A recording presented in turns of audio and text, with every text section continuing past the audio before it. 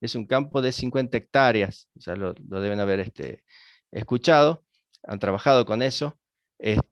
Bueno, también usamos los kilómetros cuadrados. Bueno, entonces en cuanto a unidades de superficie, ya nosotros más o menos venimos ya trabajando sobre algunas de estas unidades, están familiarizados. Unidades de volumen, utilizamos el metro cúbico, ¿sí? Bien, y acá cuando vamos a lo que son las unidades angulares, eh, bueno, aquí básicamente tenemos tres sistemas: el sistema sexagesimal, los radianes, los grados centesimales. Eh, Básicamente con lo que más trabajamos es con lo que es el grado sexagesimal, ¿sí? Entonces es la circunferencia dividida en 360 partes iguales, donde cada una de esas partes es lo que definimos como grado sexagesimal. Esto lo tenemos aquí. Entonces, un grado sexagesimal, decimos, la circunferencia dividida en 360 partes, cada una de esas partes es un grado, y cada grado nos equivale a 60 minutos, y cada minuto nos equivale a 60 segundos. ¿Sí? Por ahí no me detengo tanto en esto porque son temas que ya los venimos trabajando antes, ¿verdad? Desde otras asignaturas. Pero bueno, es simplemente para recordar un poquito. Bueno, acá vamos un poquito a lo que es distancia. Eh, Cuando hablamos de distancia entre dos puntos, nosotros nos referimos básicamente a la distancia horizontal que hay entre esos dos puntos. Tenemos dos puntos, un punto A, un punto B, vamos a campo, queremos medir, puede ser una distancia, por ejemplo, entre dos postes, no sé, por decir algo. Vamos y medimos con el instrumento correspondiente y decimos, bueno, la distancia que hay entre A y B es de 25 metros. Bueno, son los 25 metros horizontales que hay en ambos puntos.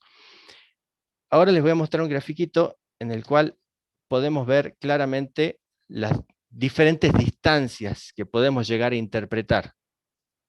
Por un lado tenemos lo que es la distancia natural.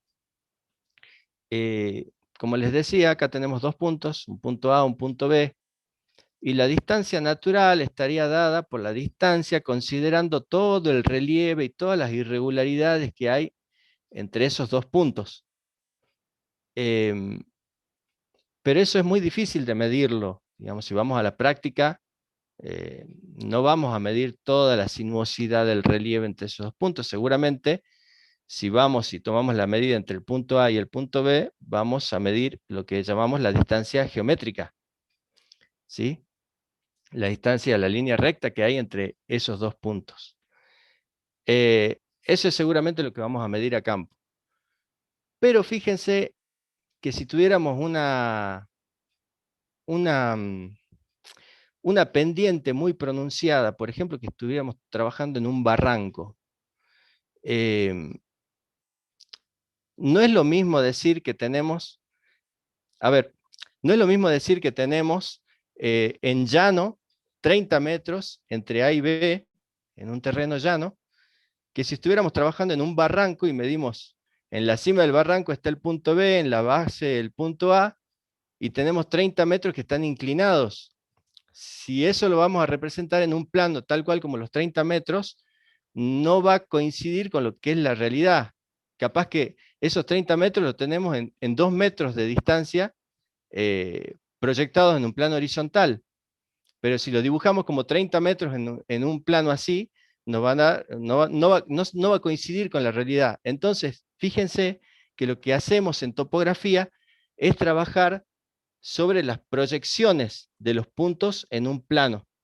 Y esto es lo que llamamos la distancia, esta distancia reducida, ¿sí?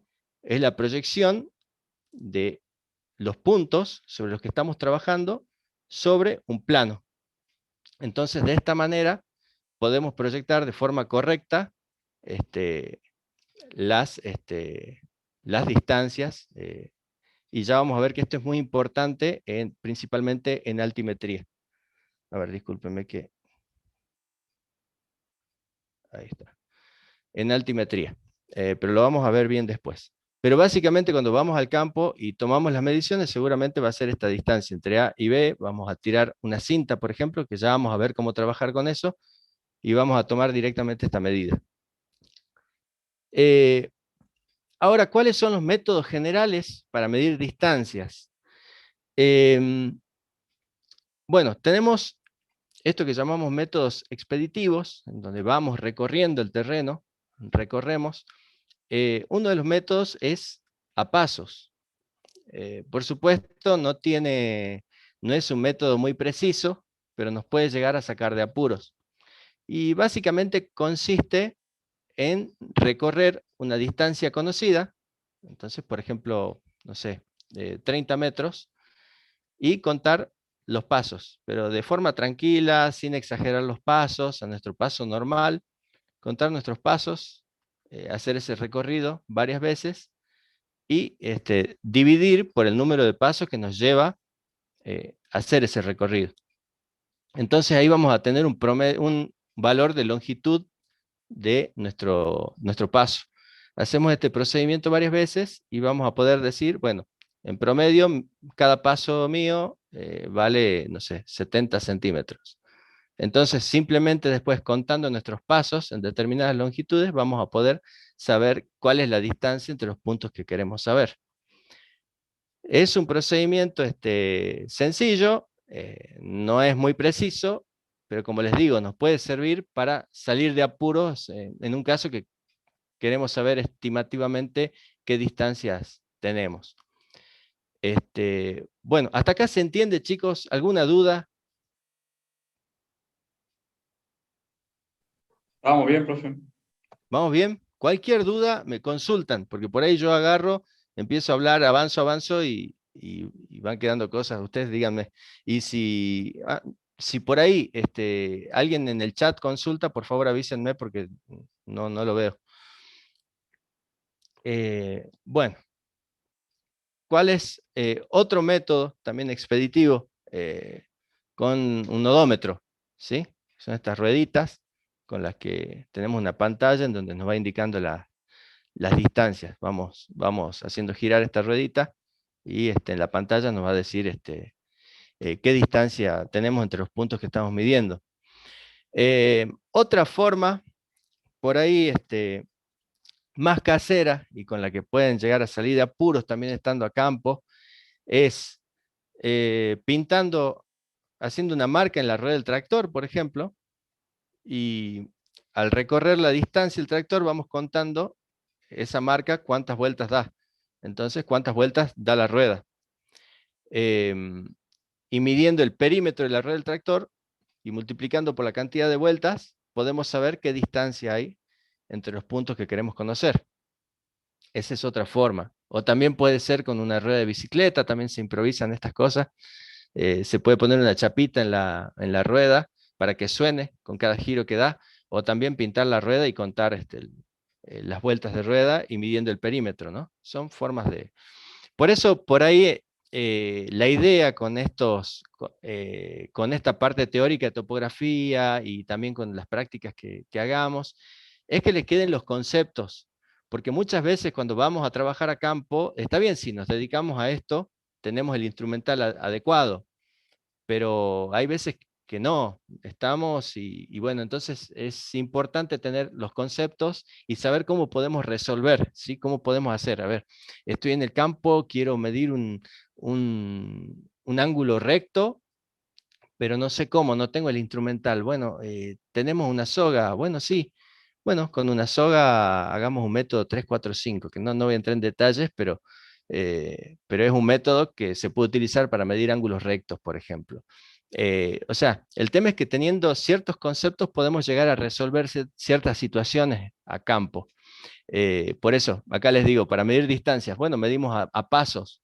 Sí, es válido, sí, totalmente. Es preciso el método y bueno, no mucho, pero bueno, pero ¿nos sirve? Sí, nos sirve. Podemos hacer esto con un tractor, che, a ver, hay que ver desde acá a 3, 4 kilómetros qué distancia tenemos. Bueno, le hagamos una marquita a la rueda y contamos las vueltas de la rueda del tractor. Son formas, son distintas formas. Ahora, vamos a ver un poquito cómo medir distancias con instrumental. Acá, bueno, esto es con lo que quizás están más familiarizados ustedes, que es con el tema de la cinta. Eh, disponemos, se disponían antes de las cadenas de agrimensor, después, bueno, cintas de agrimensor, y la cinta de ruleta, que es quizás la que más han visto o utilizado ustedes. Pueden ser de 25, 30, 50, 100 metros de longitud. Eh, es un instrumento sencillo, sencillo de utilizar. Tiene ahora, ya les voy a mostrar alguna técnica para poder medir de forma correcta campo, como para no confundirse, porque por ahí al medir pequeñas distancias no hay mayores inconvenientes, pero al medir grandes distancias pueden producirse algunos tipos de errores. Bueno, acá hay un esquemita de lo que es una cinta de agrimensor, una cinta topográfica. Fíjense, cada 2 metros tiene una chapita con un número. El cero está dado por la manija de la cinta. Esta manija tiene una longitud de 5,5 centímetros. Cada 2 metros tiene una chapita con la numeración, o sea, cada número par a lo largo de la cinta está numerado. Cada metro hay un remache un poquito más grande que nos indica el metro, y después tenemos los otros remaches más chiquititos que están cada 10 centímetros. Bueno, eso es un poquito para que vean lo que se puede utilizar a campo. Acá tenemos distintos tipos de cintas también, en donde vemos que el cero, hay que estar muy atento a eso cuando vamos a medir, dónde comienza el cero. Fíjense, hay algunos que el cero está al inicio, en la pestañita, hay otros que no se contempla la pestañita de inicio, hay otros en donde hay un pedacito de cinta sin numeración y recién está el cero. Entonces esto es muy importante a tener en cuenta. Eh, una cosita, cuando se realizan estos trabajos de medición topográfica, tanto de longitudes como angulares, de altitudes, siempre se producen errores, ¿sí? Siempre se producen errores. Los errores que podemos cometer pueden ser accidentales, o pueden haber errores sistemáticos. Eh, los accidentales son los que son imposible que no los cometamos. Siempre va a haber algún tipo de error. Este, porque por la diferencia de percepción que puedo tener yo con cualquiera de ustedes, capaz que yo, según mi criterio, lo que estoy midiendo es 3,5, y capaz que el criterio del compañero es 3,6, y capaz que el otro compañero dice no, es 3,4. Siempre hay una diferencia de percepción, por algunas condiciones que son ajenas al operador, temperatura, humedad, por cuestiones del instrumental. Siempre hay algún tipo de error, pero que este error, a medida que nosotros vamos haciendo más mediciones, es como que se va autocompensando, ¿sí? No podemos darle un valor al error en cuanto a cada uno de los errores que se van cometiendo, porque son involuntarios, pero a medida que vamos haciendo más mediciones, es como que se van compensando. Y por otro lado tenemos los errores sistemáticos, y a esto iba, por lo que justo les comentaba sobre la cinta recién, que los errores sistemáticos son errores que podemos valorar, que son evitables, y que si los cometemos, al cuantificarlos, tenemos que saber cuál es el valor de ese error. A ver, por ejemplo, eh, en este caso, el cero, fíjense dónde comienza, en este caso de aquí. Comienza mucho más adelante de la cinta, entonces tenemos todo este espacio en el cual no hay numeración. No, entonces, si nosotros no nos damos cuenta de esto, y capaz que desde aquí hasta aquí tenemos una longitud de 5 centímetros, cuando vamos a medir, vamos a hacer una medida, por ejemplo, de 50 metros, y no estamos midiendo 50 metros, estamos midiendo 50 metros y 5 centímetros, ¿sí? Y a medida que vamos haciendo más mediciones, ya el error no van a ser 5 centímetros, en la segunda van a ser 10 centímetros, en la tercera 15 centímetros, y así sucesivamente, ¿sí? Entonces es importante saber, tener en cuenta esto. O que por algún motivo nosotros, a ver, tenemos una cinta, y la cinta en vez de 50 metros mide 49 metros, exagerando, 49 metros. Y sabemos nosotros que mide 49 metros. Entonces, bueno, tener en cuenta este error para cuando vayamos a trabajar, ¿sí? Entonces, esas cositas hay que considerarlas. Bueno, ahora sigo, porque por ahí me voy por la tangente. Bueno, los accesorios para la medición con cinta. Acá vemos lo que son las fichas topográficas. Bueno, dice que son generalmente unos 25 a 35 centímetros de longitud, están hechas de varillas de acero, provistas de un extremo en punta y otro en argolla que les sirve de cabeza. Básicamente, las fichas tenemos un aro, un aro en donde tenemos enganchadas las fichas que vamos a utilizar para la medición. Y serían dos aros, porque tenemos un aro con todas las fichas y hay otro aro vacío. Ya les explico enseguida en qué consiste esto y para qué lo utilizamos. Y por otro lado tenemos los jalones, que son, fíjense, son de metal o madera, tienen una punta de acero que se clava en el terreno, y son bien vistosos. Estos nos sirven para poder visualizar los puntos en los que estamos trabajando a campo. Eh, Parece algo muy, que por ahí no le prestamos atención, pero a campo, cuando ya recorremos una determinada distancia, a veces si no tenemos una cosa como un jalón, por ejemplo, y capaz que vamos colocando estacas simplemente, y van a ver que cuando ya están un poquito alejados no las logran visualizar, es muy complicado. Y a veces se pierde tiempo en estas cosas que uno a veces no las contempla y son sumamente importantes. Incluso a veces a estos jalones les agregamos banderillas, les atamos una bolsa, algo en la punta como para que puedan visualizarse mejor. Bueno, así que bueno, acá con cinta trabajamos básicamente con las fichas topográficas, la cinta y jalones. Bueno, hasta aquí, chicos, ¿vamos bien?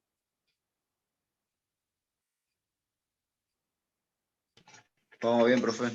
Todo bien, profe. Todo el pelo. Bueno, buenísimo. Bueno, ahora, ¿cómo hacemos? Procedimiento en la medición con cinta. Dice, bueno, tenemos dos operadores, el zaguero y delantero, bueno, tenemos dos operadores y hay fichas que vamos dejando clavadas, a ver si está el grafiquito acá. Ahí está. Creo que así lo explico un poquito mejor. Tenemos dos puntos en los cuales nosotros queremos determinar cuál es la longitud entre esos dos puntos. Tenemos un jalón A y un jalón B. Un jalón 1, jalón 2, dice. Bueno, tenemos ubicados, usamos los jalones para que se visualicen bien esos puntos. Y bueno, resulta que, bueno, acá en este ejemplo, la cinta tiene una longitud de 20 metros. Bueno, se ubica un operador que va a tener el anillo con todas estas fichitas que dijimos recién, que son de metal, que tienen una punta y un anillo en la otra, que es como una cabecita, que es donde va enganchado en el anillo grande. Entonces, para comenzar, saca una ficha, este operador clava una ficha en el suelo y queda con un anillo con 10 fichas, ¿sí? Entonces la onceava es la que queda en el suelo. Se queda con 10 fichas en la mano. De ahí agarra este operador y él avanza con la cinta, con un extremo de la cinta. Y el otro operador queda en el jalón 1, donde va a estar ubicada la primera ficha, queda ubicado ahí hasta tensar la cinta. Coloca el extremo de la cinta donde está el jalón 1 y donde va a estar la ficha inicial, la ficha 1, o la ficha onceava sería. Estiran la cinta de 20 metros y en donde estiraron la cinta hasta donde llega, ahí el operador que va adelante saca una de las fichitas del anillo que lleva y la coloca ahí, en donde dan los 20 metros. Coloca la ficha ahí. Entonces el operador que está atrás, levanta la ficha inicial, la coloca en la argollita que él va a llevar, en el anillo grande que él va a llevar, la coloca la ficha ahí y avanza. Va a ir hasta donde, bueno, acá lo vemos como A, que aquí es donde colocó la ficha el operador que va adelante. Va el operador que va atrás, coloca nuevamente la cinta, el extremo aquí, y el otro operador va a extender, va a tensar, y donde dan los 20 metros siguientes coloca otra ficha, ¿sí? Y así sucesivamente. ¿Cuál es la importancia de las fichas? bueno, así hasta que, bueno, puede completar las 10 fichas que lleva en el operador de delante y el de atrás va recogiendo esa ficha. ¿Cuál es la importancia? Que nosotros sabemos que por cada cintada son 20 metros. Entonces, si este operador, por ejemplo, está por aquí, levanta la ficha, este operador que va atrás, y cuenta 3 fichas, entonces sabe que ya recorrió una distancia de 60 metros, ¿sí? Simplemente contando cuántas fichas tiene en el anillo. Si completa las 10, bueno, será que ella recorrió una distancia de 200 metros, ¿sí? En el caso que no sean suficientes las 10 fichas, bueno, llegan al final, anotan en alguna libretita de que están haciendo cambio de anillos entre ambos operadores y continúan midiendo de la misma manera. Si al final queda algún tramo en el cual eh, nos queda sin llegar a tensar completamente la cadena, porque es una distancia corta, bueno, miden desde ahí hasta el jalón cuánto tienen. En este caso, fíjense, fueron tirando medidas de 20 metros, 20 metros, 20 metros, y acá ya no tenían 20 metros, tenían 9 metros 26. Entonces, bueno, ahí terminaron de medir la longitud que desean determinar. ¿Se entendió, chicos, hasta ahí? ¿Cuál es el procedimiento?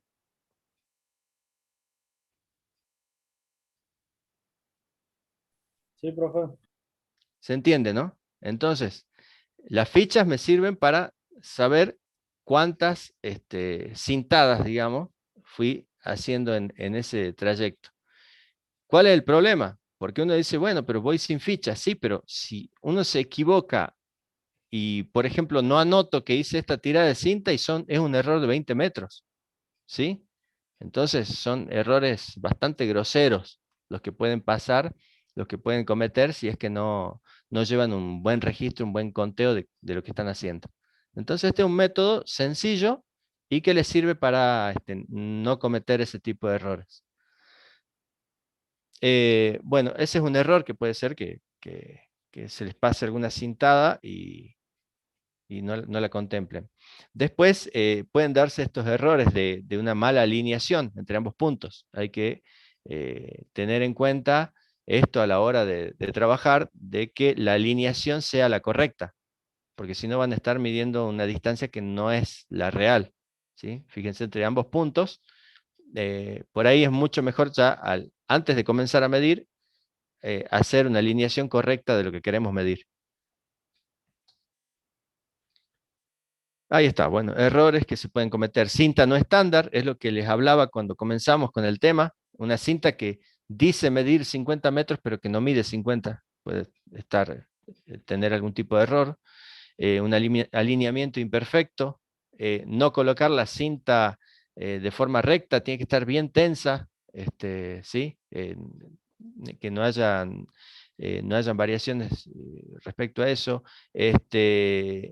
La temperatura, fíjense si estamos trabajando con una cinta metálica, de acuerdo a la temperatura se puede dilatar o contraer por la temperatura, variaciones de tensión y las apreciaciones de fracciones al leer la cinta. Lo que hablábamos hace un rato, a veces capaz que para mí es 3,5, para un compañero es 3,6. Siempre hay esta diferencia de percepción entre los diferentes individuos, ¿sí? Bueno, en cuanto seguimos hablando de mediciones de distancias, hay métodos que son los que denominamos métodos estadimétricos, en los cuales acá lo que vemos en imagen es un nivel automático, un nivel óptico, eh, que es lo que nos sirve a nosotros para hacer operaciones de nivelación, que ya vamos a ver bien después de qué se trata. Operaciones de nivelación. En donde por medio de lecturas en una mira y una pequeña formulita, vamos a poder determinar distancias, ¿sí? Esa es otra forma. Y después están estos métodos electrónicos, que son métodos por los cuales, de acuerdo, contemplando el tiempo que tarda un haz de luz en recorrer, o una onda de radio también, en recorrer una determinada distancia, nos permite conocer cuál es la distancia entre esos puntos, ¿sí? otra forma de poder determinar longitudes. Acá tenemos un distanciómetro, que puede ser un distanciómetro de mano, puede ser un distanciómetro que ya están instalados en equipos como estaciones totales, que por medio de un láser ya podemos saber, podemos determinar distancias con mayor o menor precisión. Por ejemplo, una estación total trabaja, emite un láser, el láser puede ir chocar contra una superficie y rebotar, y puede, de ahí el equipo, determinar la distancia. O podemos trabajar con prismas, que son unos pequeños instrumentos que tienen unos espejos en los cuales el láser va hasta el prisma, rebota, y con mucha más precisión, mayor precisión, se pueden determinar las distancias. Bueno, eso en cuanto a medición de distancias. ¿Vamos bien hasta ahí? ¿Voy muy rápido?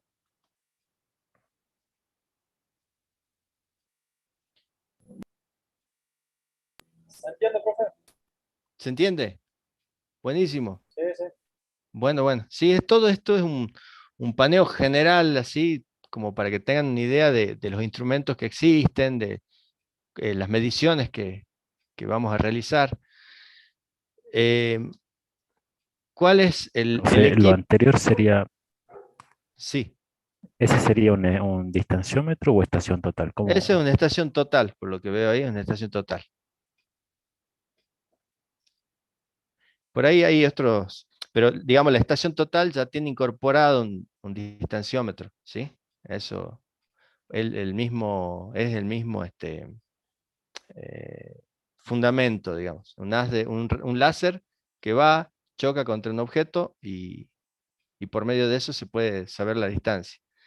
Este objeto puede ser el objeto mismo o puede ser un prisma, que es un auxiliar, un instrumento auxiliar de la estación total.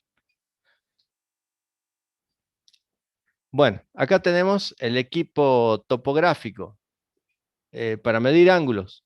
Puede ser una brújula para medir ángulos horizontales. Puede ser una estación total, nos sirve para medir ángulos. Un teodolito, nos sirve para medir ángulos también. Un nivel también nos sirve, tiene una graduación para medir ángulos horizontales. Entonces, estos son los instrumentos que nos sirven para medir, hacer este tipo de mediciones. Acá tenemos un teodolito óptico, que bueno, por un sistema de prismas, de espejos, uno puede ir haciendo las mediciones que necesita de ángulos. Básicamente un teodolito nos sirve para hacer mediciones verticales y horizontales, ¿sí?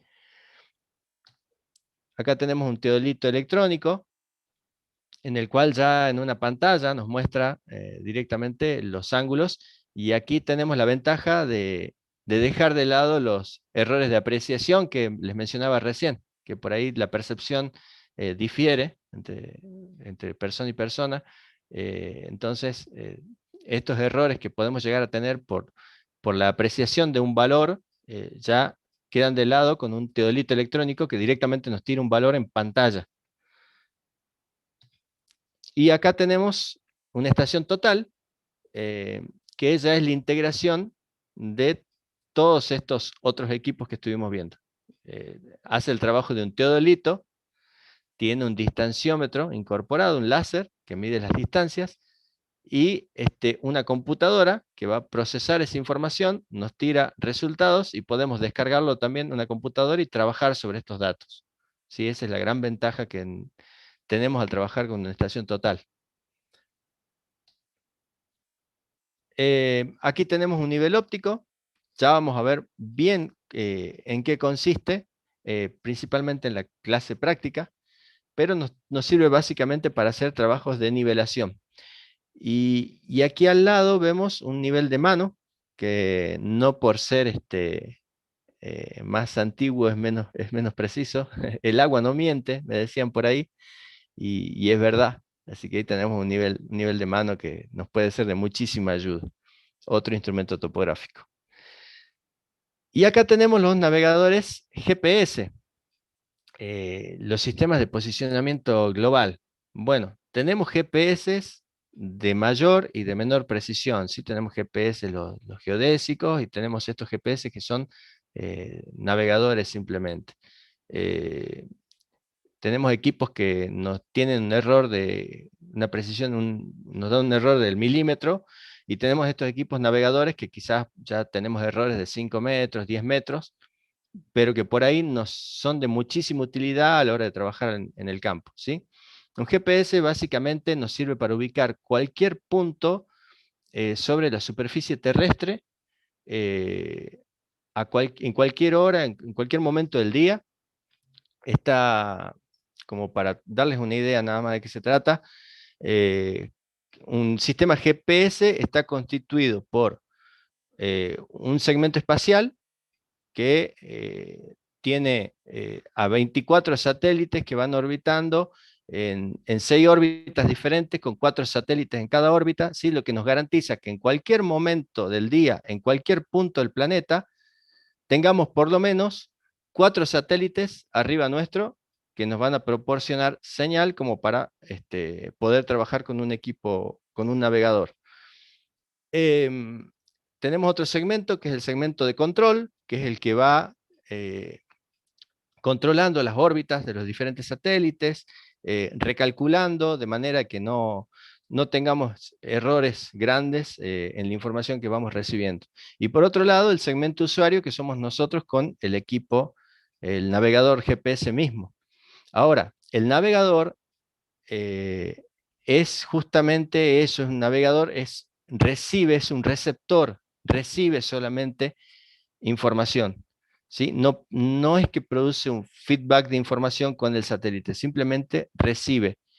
Y el tiempo que tarda la señal de llegar del satélite hasta el punto en donde nos encontramos es lo que nos va a determinar, por ejemplo, distancias, y por medio de una triangulación entre satélites. Es un poquito complejo, pero no voy a entrar tanto en eso, pero por medio de la triangulación les va a permitir al sistema determinar cuál es el punto en el cual estamos nosotros. No es lo mismo que el sistema de, por ahí llamamos GPS a lo que tenemos en un celular, porque eso muchas veces depende de la señal del celular, de que tengamos una antena cerca para poder trabajar. Un GPS no necesita eso, trabaja directamente con los satélites, entonces podemos estar en medio de un desierto, sacar el GPS y va a funcionar, ¿sí? Esa es por ahí la diferencia. Aunque por ahí básicamente es lo mismo, el sistema de triangulación, por medio de esa triangulación se ubica el punto, pero bueno, un GPS nos permite eso. Y por medio de esta información, y de acuerdo al procesador que tenga el equipo con el que estemos trabajando, vamos a poder determinar distancias entre puntos, marcar rutas, y bueno, una serie de cosas, delimitar, marcar, calcular superficies. Bueno, hay una infinidad de usos que tiene el GPS hoy en día, eh, que van a depender, bueno, del software que tenga incorporado ya el receptor en sí mismo, ¿sí? Pero el sistema en sí lo que hace es dar información del punto en el planeta en donde nos encontramos ubicados. Bueno, ¿hasta ahí vamos bien?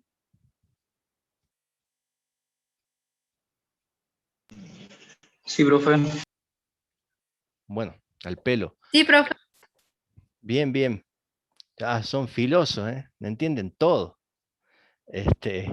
Bueno, ahora vamos, hasta ahora vimos lo que son distancias. Distancias, medidas, hicimos medidas lineales.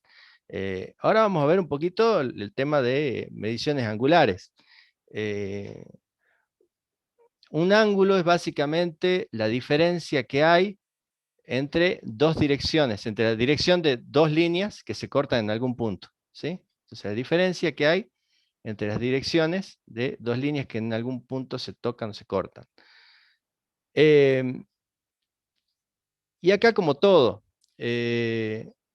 bueno, dice, la dirección de cualquier lado o línea con respecto al norte puede definirse por el azimut o por el rumbo. Justamente, lo que les decía hace un rato, nosotros siempre en topografía tomamos algo como referencia. Siempre, siempre, desde desde ubicarnos en el espacio, a nuestro planeta, desde ubicar al planeta en el espacio, desde definir cuál es el norte terrestre, desde todo siempre se hace con respecto a algo. Entonces, cuando queremos medir un ángulo, decimos, bueno, ¿un ángulo con respecto a qué?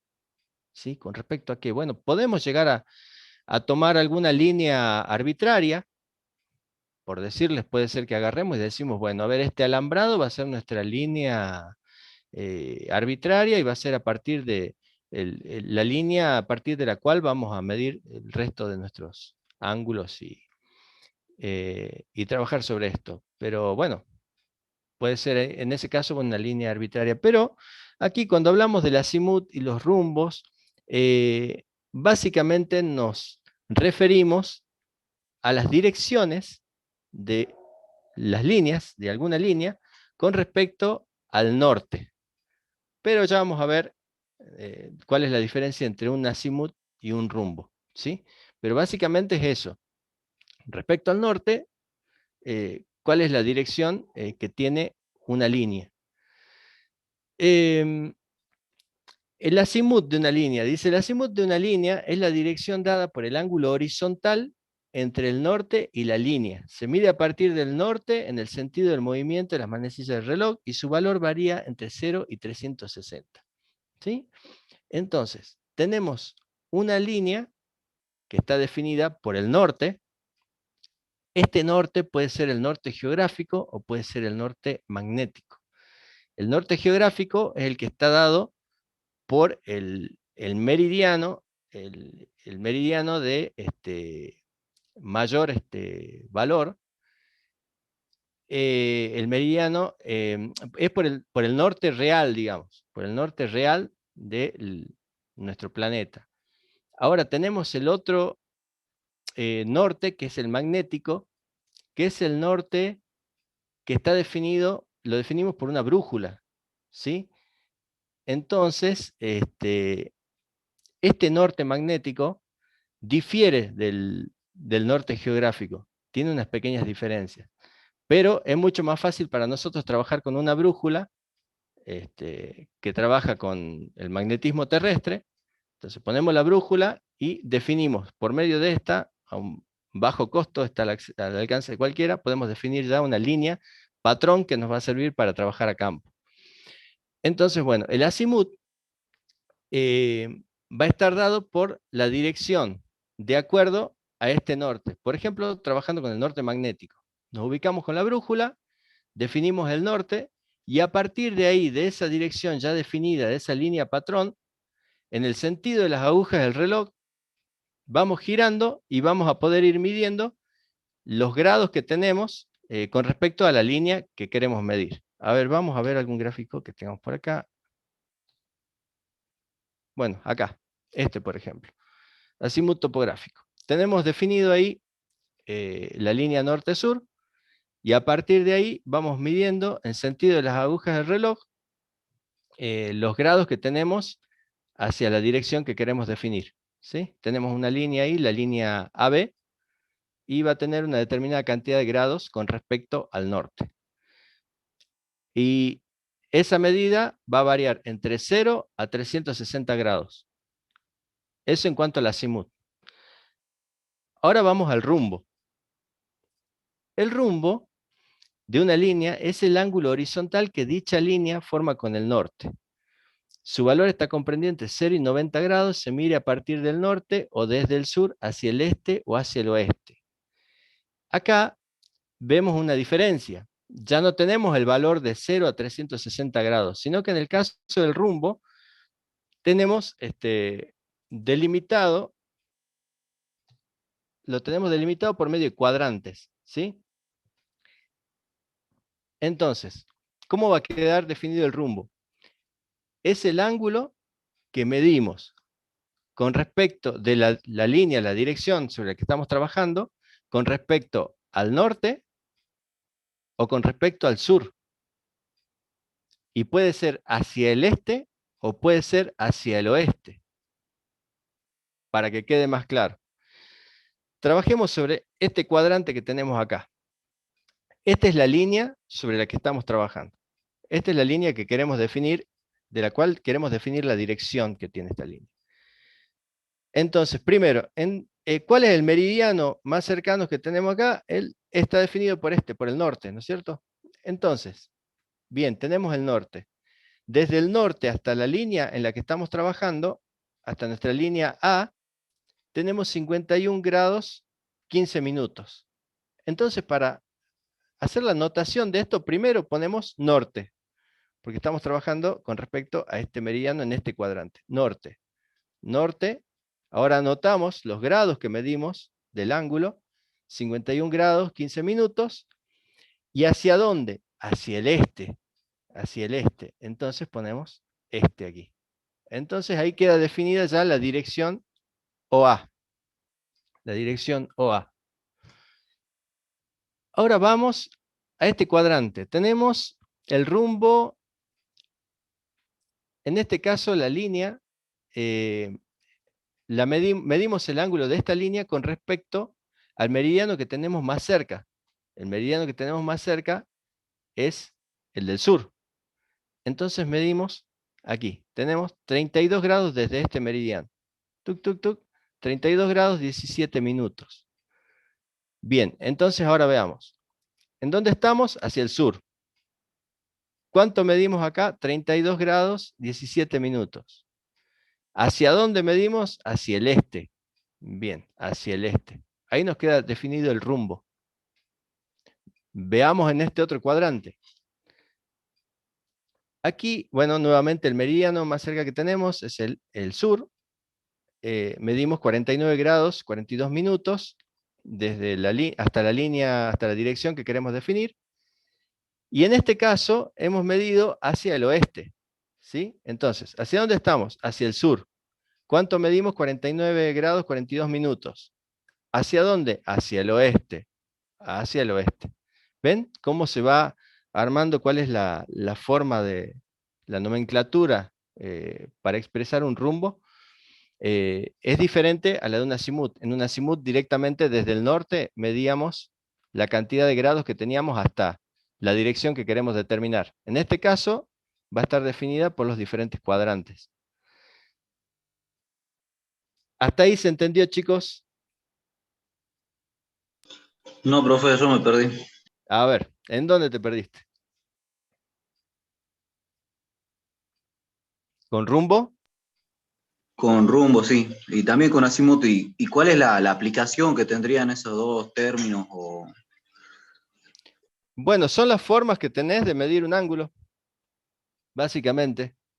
De medir un ángulo porque nosotros, como les decía hace un ratito, siempre que medimos algo en topografía lo hacemos con respecto a algo. Para cualquier cosa. Por ejemplo, a ver, ustedes quieren hacer el plano de, a ver, ustedes están acá, esto es un predio y quieren hacer un plano y quieren ubicar dónde está la esquina de un galpón que hay por acá. Entonces, claro, entonces directamente pueden poner acá, medir con algún instrumento de medición de ángulos. Primero, definen el norte, la línea norte-sur, la definen. Ubican el equipo, miden el ángulo desde el norte, tuc, tuc, tuc, tuc, hasta aquí, apuntan ahí y dicen, bueno, este galpón que tengo acá está ubicado a 51 grados 15 minutos con respecto al norte. ¿Sí? Entonces ustedes después ya tienen este punto fijo y midiendo esta distancia pueden representar el punto en donde está ubicado el galpón, en un papel, por ejemplo. Ya trabajando con escalas y otras cosas que enseguida vamos a ver. Pero ven cuál es la utilidad. Esto es medición de ángulos horizontales y lo que pueden hacer es representar información o tomar datos de determinadas cosas que ustedes quieren conocer para poder plasmarlas después en un plano, por ejemplo. En este caso les puse como, por ejemplo, un galpón. Ustedes quieren saber en qué dirección se encuentra, no sé, un poste de luz que está por acá. Bueno, ustedes fueron al campo, definieron la línea norte-sur. Se ubicaron por acá con el instrumento de medición. y resulta que lo que ustedes quieren determinar está acá, el poste de luz. Bueno, toman el sur, este meridiano como referencia, y miden el ángulo que tienen hasta ese poste. Bueno, 32 grados 17 minutos. Toda esta información es relevamiento que ustedes levantamiento de datos que van a hacer a campo para poder utilizarlos después y procesarlos en gabinete.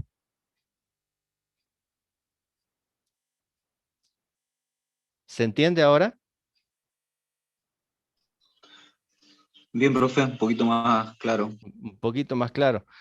Y de la misma manera, si no, podrían trabajar con un azimut, por ejemplo, y directamente decir, bueno, a ver, yo tengo este poste de luz aquí y quiero saber dónde está ubicado, a ver, con respecto al, usamos el norte, la línea norte-sur como referencia, y bueno, directamente mido el ángulo hasta acá, tuk, tuk, tuk, y digo, tengo, no sé, no sé, 115 grados, tuk, hasta B. Entonces, bueno, eh, ahí ya estoy usando un azimut, ¿sí? Son distintas formas de tomar los mismos datos. Estoy midiendo ángulos. Incluso acá vemos que se puede hacer conversión de rumbos a azimut a rumbo, ¿sí? De acuerdo a los datos que tengan como para trabajar más cómodamente.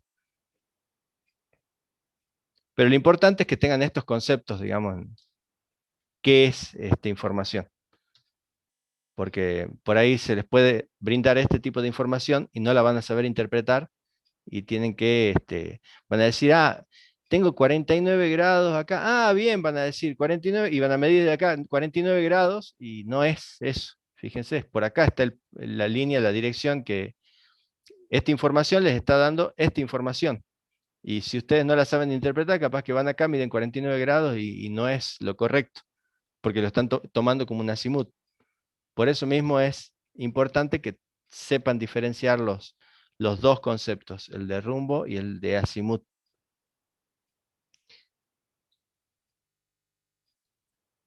Bueno, así que, a ver si estaba por acá un cuadro comparativo, le había puesto...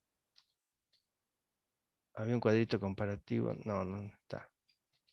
No, lo saqué.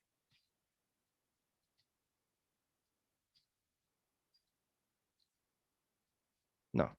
Bueno, pero básicamente, fíjense, en el caso de el rumbo, el azimut, no tendríamos en cuenta esta división por cuadrantes. En el caso de un rumbo tenemos esta división por cuadrantes.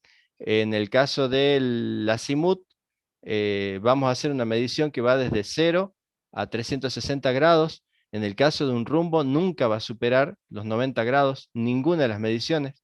Fíjense, porque vamos a trabajar o en este cuadrante, o en este, o en este, y todos tienen como límites máximos el 0 y el 90. ¿Sí? Así que bueno. Ahora quedó un poquito más claro, chicos.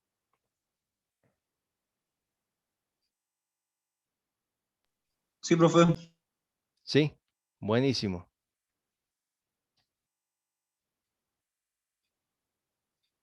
A ver, vamos a pasar a lo otro directamente. Vamos a escalas. Escalas. A ver, nosotros cuando vamos al campo, vamos a tomar una serie de medidas y eso después lo vamos a llevar a gabinete. Y dijimos que la finalidad principal de la topografía es poder representar gráficamente una porción de la superficie terrestre con todos sus detalles. ¿Sí? Habíamos dicho eso. Entonces, claro, si yo voy y mido 1 kilómetro a campo, voy al papel y no puedo dibujar 1 kilómetro de papel. Entonces, tengo que buscar algún tipo de relación entre lo que mido en el campo al momento en que lo llevo al papel. Entonces, justamente, la escala es esta relación matemática, dice que existe entre las dimensiones reales y las del dibujo, que representamos en un plano o en un mapa. Entonces, una determinada distancia en el terreno y su equivalente en el papel, o viceversa más bien, la relación que existe entre una determinada longitud en el papel y su equivalente, su homólogo en el terreno. Eso es lo que es una escala. Entonces dice, las escalas se escriben en forma de razón, donde el antecedente indica el valor del plano y el consecuente el valor de la realidad. Bueno, acá tenemos la escala, es la relación de la medida en el plano sobre la medida en el terreno. Estas medidas, digamos, pueden ser cualquiera. Yo digo, a ver, 5 centímetros, 6 centímetros en el plano me equivalen a 10 kilómetros en el papel, en el terreno, ¿sí? Y estaría hablando de una relación de distancia, sí, de medidas, sí, hay una relación de medidas. ¿Es válido? Sí, totalmente. El tema es que por convención, para que sea más fácil, se trabaja en el numerador, utilizamos la unidad y en el denominador números redondos. Como por ejemplo acá, dice, estamos hablando de una escala de 1 en 500. Quiere decir que una unidad de medida en el plano equivale a 500 unidades de medida en la realidad. Entonces, eso es algo que tienen que considerar, ¿no? Que hablamos de que una unidad es equivalente a X cantidad de unidades en la realidad. ¿Por qué recalco esto? Porque después cuando ustedes lo apliquen a las unidades con las que trabajan, tienen que ser las mismas unidades. Por ejemplo, si yo digo acá una escala de 1 en 500, una unidad en 500 unidades, lo puedo traducir, digamos, en que un centímetro un centímetro en el plano me equivalen a 500 centímetros en el terreno. O que un metro de plano me equivale a 500 metros en el terreno. O que un kilómetro de plano, no voy a tener un kilómetro de plano, pero se entiende. Un kilómetro de plano me va a equivaler a 500 kilómetros de terreno, ¿sí? O sea, porque habla de que la unidad 1 es igual a tantas unidades 500, ¿sí? No puedo decir que un centímetro de plano me equivale a 500 metros del terreno. O sea, interpretar esto así sería un error, ¿sí? A eso voy. Y es muy común por ahí que hayan este tipo de confusiones, ¿sí? Una unidad de plano me equivale a 500 unidades en el terreno. Acá tenemos diferentes unidades, diferentes ejemplos, digo, de escalas. Y lo que les decía, una escala 1 en 1346,80. ¿Está mal? No, no está mal. No está mal, pero por una cuestión de facilidad de uso, no se reconocen este tipo de escalas, se utilizan números redondos. Por ejemplo, aquí para asemejar a este caso de 1 en unos 1346, podríamos decir 1 en 2000, una escala de 1 en 2000. Y bueno, nos quedaría mucho más fácil de manejar esta información. Eso en cuanto a escalas. Ahora, fíjense cómo cambia por ahí a lo que uno tiene en mente, ¿no? En cuanto a las escalas. Cuando nosotros hablamos de una escala de 1 en 100 o 1 en 5000, dice aquí, les digo, esto no es tajante, ¿no? Estas clasificaciones no es que son tajantes, así que es de 1 en 100 hasta 1 en 5000, de 1 en 5000 hasta 1 en 50, sino que son como para tener una idea de los valores. Por ahí, de acuerdo a la bibliografía, esto cambia, pero es como para tenerlo como parámetro. De uno en 100 hasta 1 en 5000, yo digo, mira, son números 100, 5000, debe ser una escala chiquita. No, es una escala grande. Es una escala grande. Después dice de 1 en 5000 hasta 1 en 50.000.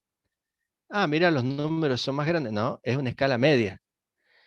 Y con escalas mayores a 1 en 50.000, estamos hablando de una escala chica. Parece un trabalenguas, porque a la vez, fíjense, una escala de 1 en 50.000 me está diciendo que un centímetro en papel me representa 50.000 centímetros en terreno. O sea, una superficie mayor, pero la escala es chica. Y si yo quiero representar algo con más detalle, quiere decir que tendría que usar una escala más grande. De 1 en 100 hasta 1 en 5000, me está diciendo que en 1 en 100, que 1 centímetro me representan 100 centímetros de terreno. 1 centímetro de papel, 100 centímetros de terreno. Fíjense, por ahí parece un trabalenguas esto, pero yo les voy haciendo estas comparaciones como para que vayan comprendiendo, ¿eh? Entonces, ¿con cuál escala trabajo? Y bueno, de acuerdo a lo que yo quiero representar. ¿Qué es lo que quiero representar? Un predio, una región, una ciudad, una provincia. ¿Qué es lo que yo quiero representar? Y bueno, de acuerdo a lo que yo quiero enseñar en este plano o en este mapa, de acuerdo a eso va a variar la escala con la cual voy a trabajar. ¿Sí? Después otra forma de expresar la escala es por medio de la escala gráfica. Aquí vemos algunos ejemplos en donde cada segmento de esta escala gráfica representa una determinada distancia. Acá, por ejemplo, lo que me está diciendo es que desde aquí hasta aquí, esta longitud me representa 200 metros. ¿Sí? Desde aquí hasta aquí, 400 metros. Entonces yo tomando estas medidas, puedo ir a cualquier parte del plano del mapa y con esta longitud yo sé que estoy representando en cualquier parte del plano 200 metros. O en este caso, por ejemplo, 10 kilómetros, 20 kilómetros, 30 kilómetros. ¿Sí? Podría agarrar un compás, por ejemplo. Pongo una parte del compás aquí, otra parte aquí, y voy a cualquier parte del mapa y pongo esa longitud y sé que en esa longitud tengo 20 kilómetros, por ejemplo. Y a la inversa, si agarro 2 puntos del mapa, puedo ir aquí, por ejemplo, y coloco uno de los extremos del compás aquí, 200 metros, y aquí, hacia este lado, tengo unidades inferiores. Por ejemplo, acá tengo de 0 a 100 dividido en 4 partes. Quiere decir que cada una de estas son 25 metros. Entonces, capaz que voy con una longitud que medía en el terreno entre 2 puntos. Pongo un extremo aquí, el otro por aquí, y digo, entre esos 2 puntos tengo 250 metros. ¿Sí? Entonces, por medio de comparaciones gráficas, puedo conocer las distancias que hay en el terreno real. Bueno, hasta ahí, chicos, ¿se entendió? En cuanto a escalas, Sí, profe, sí se entiende. ¿se entiende? Bien, es por ahí un trabalenguas esto, pero la idea es que le vayan quedando estos conceptos que los van a usar. Esto sí, seguro, en algún momento van a tener que interpretar este tipo de información. Bueno, aquí algunos ejemplos que igual pasemos, ya se los estuve comentando. Ahora, veamos. Entonces, la topografía se basa en 2 cosas. En lo que es la planimetría y en lo que es la altimetría. Hasta ahora vimos los distintos instrumentos, distintas metodologías que usamos para medir ángulos, para medir distancias. Algo de altitudes vimos, tocamos, pero eso lo vamos a ver bien en la parte práctica. Pero bueno, a ver, entonces ahora ya entramos un poquito más en lo que es la topografía en sí. ¿Qué es la planimetría? Es cuando nosotros buscamos representar los detalles de una superficie con todos sus detalles, pero sin contemplar las irregularidades del terreno, ¿sí? Su relieve, no lo tenemos en cuenta. Y por otro lado tenemos lo que es la altimetría, es cuando ya hacemos un estudio de esa superficie considerando sus irregularidades, contemplando su relieve. Hacemos un estudio de su relieve, o sea, de las diferencias de nivel que hay entre distintos puntos. ¿Sí? Y una planialtimetría es donde ya se conjugan todos estos datos, toda esta información, y tenemos una representación por ahí más fidedigna de la superficie que queremos trabajar. Pero ¿de qué depende? Bueno, depende qué es lo que quiero hacer yo, para qué estoy haciendo el estudio. Entonces, de acuerdo a eso, voy a ir en mayor detalles planimétricos, con mayores detalles altimétricos. Todo esto va a variar de acuerdo al trabajo que quiera realizar, a lo que yo necesito, qué es lo que necesito. Bueno, fíjense, bueno, planimetría dice, es el estudio de las formas y dimensiones en proyección horizontal, o sea que no tenemos en cuenta las altitudes. Entonces, la representación de una porción de la superficie terrestre sobre una superficie plana. Fíjense acá un poquito lo que les hablaba hace rato, les hablaba del galpón, les dije de un poste, bueno, acá hay evidentemente unos arbolitos, hay alguna estructura que fui representando acá de forma planimétrica. ¿Sabemos cuál es la altura de este galpón? ¿Puede ser un galpón? No, no sabemos cuál es la altura. No sabemos a qué altura está ubicado tampoco no tenemos datos, pero sí sabemos que este es su lugar en el espacio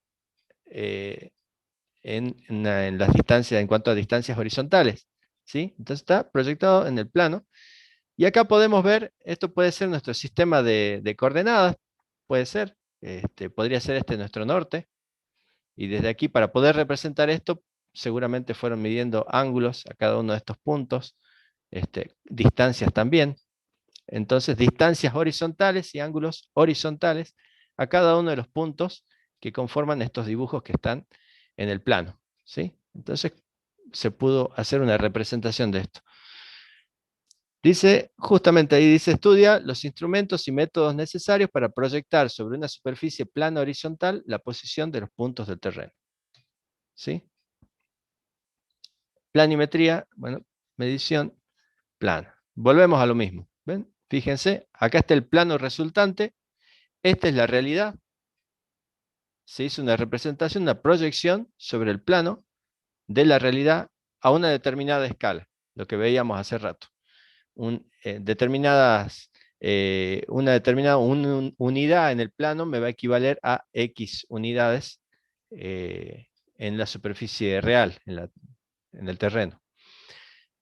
Fíjense, acá no hay ninguna información acerca de el relieve, de las altitudes, nada, simplemente se proyectaron cada una de los detalles de ese terreno en una superficie plana. Ahora vamos a lo que es la altimetría. Dice que es el estudio de las distintas elevaciones o alturas entre dos o más puntos mediante la operatoria de nivelación. Entonces acá es lo que les mencionaba hace un momento. Ya buscamos representar los diferentes desniveles que tenemos, las diferencias de nivel, el relieve que tenemos en el terreno, en un plano. Entonces, a partir de esta información, nosotros vamos a poder hacer después un plano de curvas de nivel, o un plano acotado simplemente con puntos, en donde nos indica las diferentes alturas.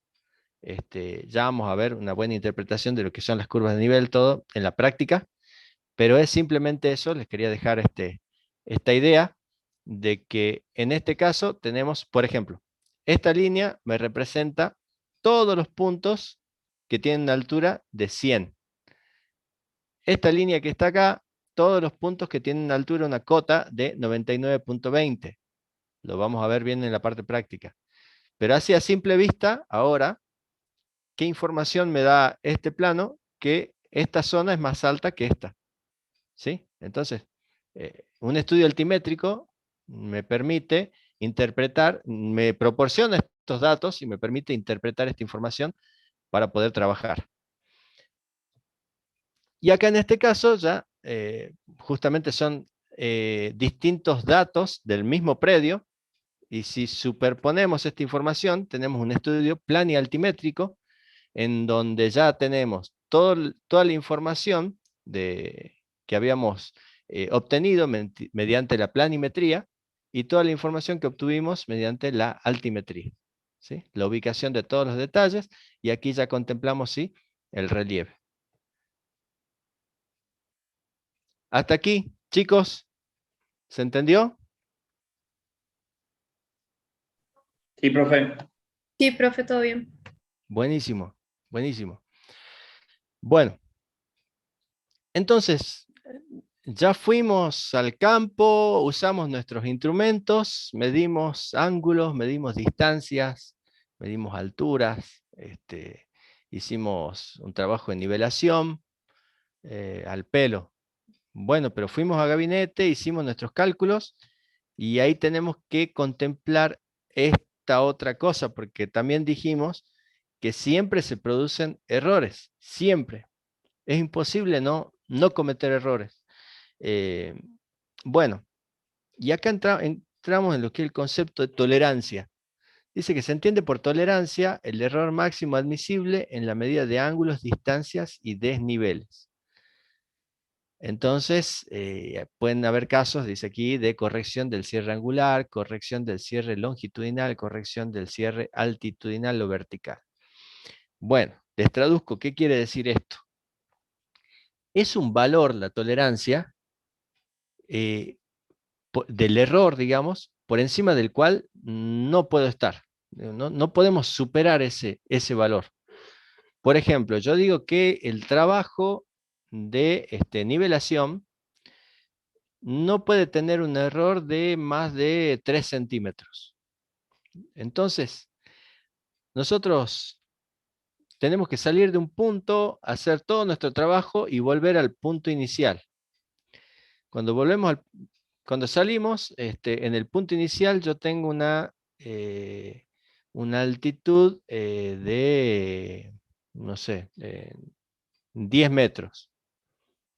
Y resulta que vamos, volvemos, y no me da 10 metros. Me dan 10,3 centímetros. O sea, me da un error de 3 centímetros, o de 4 centímetros. Y resulta que nuestra tolerancia era de 3 centímetros. ¿Esto qué quiere decir? Que al trabajo lo tengo que hacer de nuevo. Al trabajo lo tengo que hacer de nuevo. Estoy por encima de la tolerancia. Ahora bien, nosotros vamos, hacemos el trabajo, volvemos al punto inicial, y el error que tengo es de 2 centímetros. Y nuestra tolerancia era de 3 centímetros. ¿Quiere decir que está bien? Bueno, no es que esté bien, pero está dentro de los valores tolerables. Entonces no es necesario que haga todo de nuevo. Sí hay algunas operaciones para poder compensar ese error y distribuirlo entre los distintos puntos para minimizarlo, ¿sí?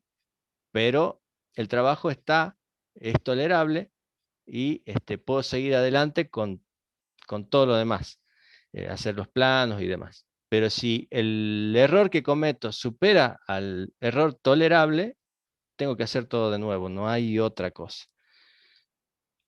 Ahora, básicamente esta es la formulita para poder calcular la tolerancia de cierre. T, que es la tolerancia, que nos va a dar, en el caso de la nivelación, nos va a dar un valor en centímetros, por ejemplo, un valor K constante, que puede ser, bueno, en centímetros, minutos o metros. Esto tiene que ver con la precisión del trabajo que estoy haciendo. Por lo general ahí se maneja un valor de 3 en esta constante, pero depende de la precisión con la que quiero trabajar. Depende de para qué estoy haciendo el estudio, va a ser de mayor o menor precisión. Y por último, un valor D, que es la distancia recorrida en kilómetros. Entonces hice una nivelación y me recorrí 2 kilómetros. Bueno, entonces la T va a ser igual a esta constante K, 3 le pongamos, por la raíz cuadrada de, hice 2 kilómetros, bueno, por la raíz cuadrada de 2. ¿Sí? Eso me va a dar un valor de tolerancia T, que es el cual no puedo superar para saber si mi trabajo está bien hecho o no. Bueno, acá es justamente lo que les estuve diciendo, y bueno, hasta ahí terminaríamos. Chicos, ¿alguna duda? Hasta aquí llegamos hoy. Cualquier duda, por favor, díganme. No sé si por ahí fui muy rápido.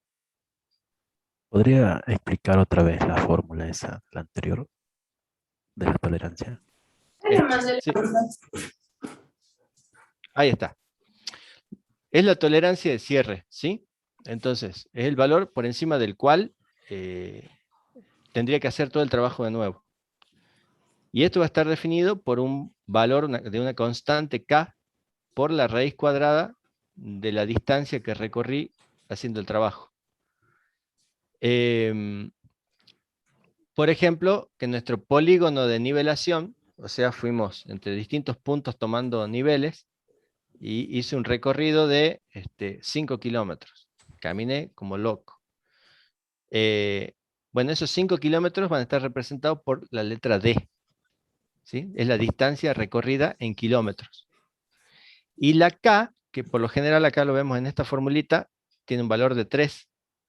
Eso va a depender de la precisión con la que quiera trabajar. Por lo general, trabajamos en 3.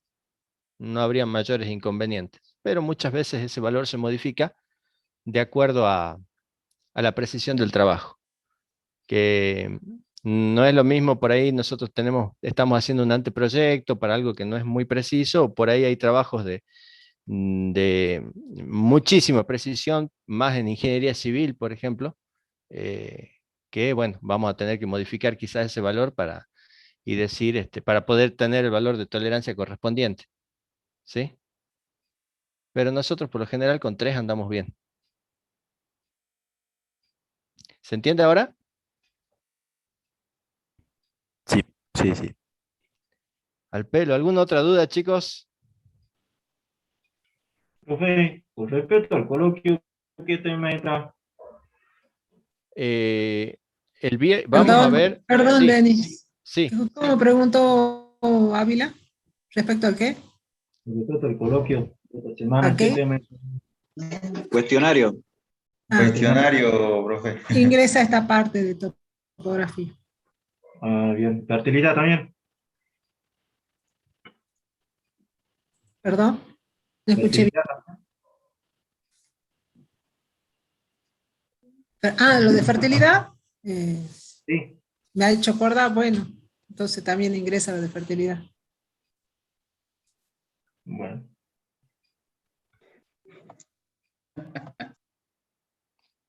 Ahí está. No podía sacar la pantalla. Ahí está. Bueno, sí, en la práctica vamos a ver el trabajo práctico de altimetría. Ahí vamos a ver más lo que es la nivelación. Vamos a andar un poquito más en ese tema. No, Denis, para esta parte de ahí, con práctico cortito de escalas. Ah, bien, bien. Al Después, pelo. la otra semana, vemos la parte de nivelación con Al pelo de 10. práctico cortito Bueno, de buenísimo. escalas. A lo mejor no te lo compartí, pero ya te lo paso. Listo, Pero tiene que ver con estas prácticas que han hecho, de lo mismo que se dijo ahí, de hacer los cálculos de escalas, de ejercitar en las escalas con números redondeados, de elegir de acuerdo a distintos tamaños cómo represento en el papel o cuánto se representaría en el terreno, y alguna conversión de ángulos para repasar las mediciones de ángulos y de ángulos decimales. Al pelo, chicos. Bueno, ya estaríamos entonces, si no hay más dudas. Profe, Sí, hace un momentito cuando hablamos de azimut o rumbo, sí, en el Power que nos mostró, sí, estaba definido el azimut, por ejemplo, como la dirección de una línea dada por un ángulo. sí. En la dirección se expresaría, por ejemplo, ¿cuál vendría a ser la unidad, digamos, de lo que es el azimut? Si me preguntan, por ejemplo, ¿qué es el azimut? Yo puedo decir, ¿es el ángulo que se forma entre el norte y la línea que estoy viendo? ¿O cómo lo defino? Y entre el meridiano, norte o sur. Perdón, ese ¿Eh? no era el rumbo. Es el rumbo. El rumbo, perdón. El azimut. No, entre el Es norte. el azimut. Del norte. El Del azimut norte. está bien. Sí, sí. No, el azimut está bien y es en sentidos de la aguja del reloj. Claro, perfecto. Entonces estaría bien que yo responda, el azimut es el ángulo que se forma entre la línea esta y el norte, Sí, digamos. sí, entre Y aparte, y el norte. y como para agregar contenido, puedo hablar sobre el norte geográfico y norte magnético, que son dos medidas diferentes, o en qué cambia uno de otro. Claro, el norte geográfico es el norte real, digamos. El norte real de nuestro planeta Tierra. Ahora, el norte magnético está definido por nuestro campo magnético. Entonces, por ahí es variable. Eso lo determinamos con una brújula. Si esa es la pregunta. Ahora, si no, igual, usted, de acuerdo al norte, mide un ángulo y en sentido de la aguja del reloj, y eso es lo que tendría como azimut.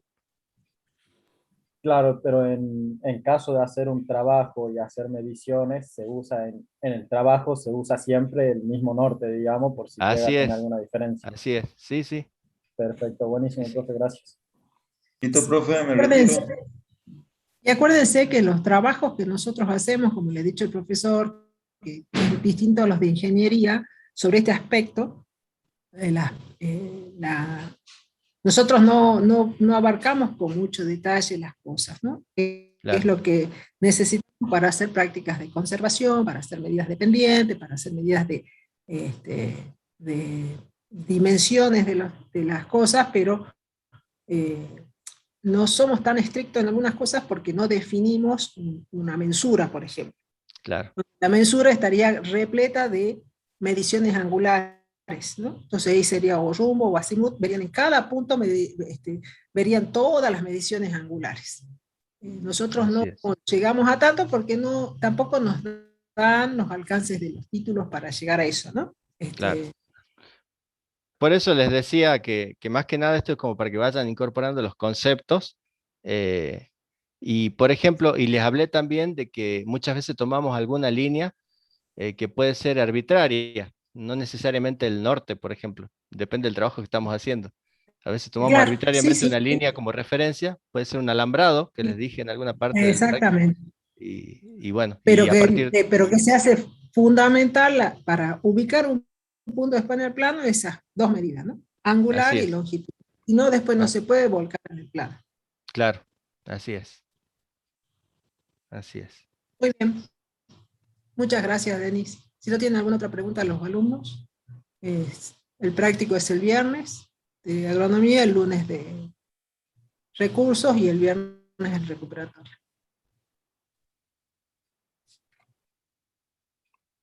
Bueno, Hasta luego, profe. hasta luego, Hasta luego. chicos. Chau, chau.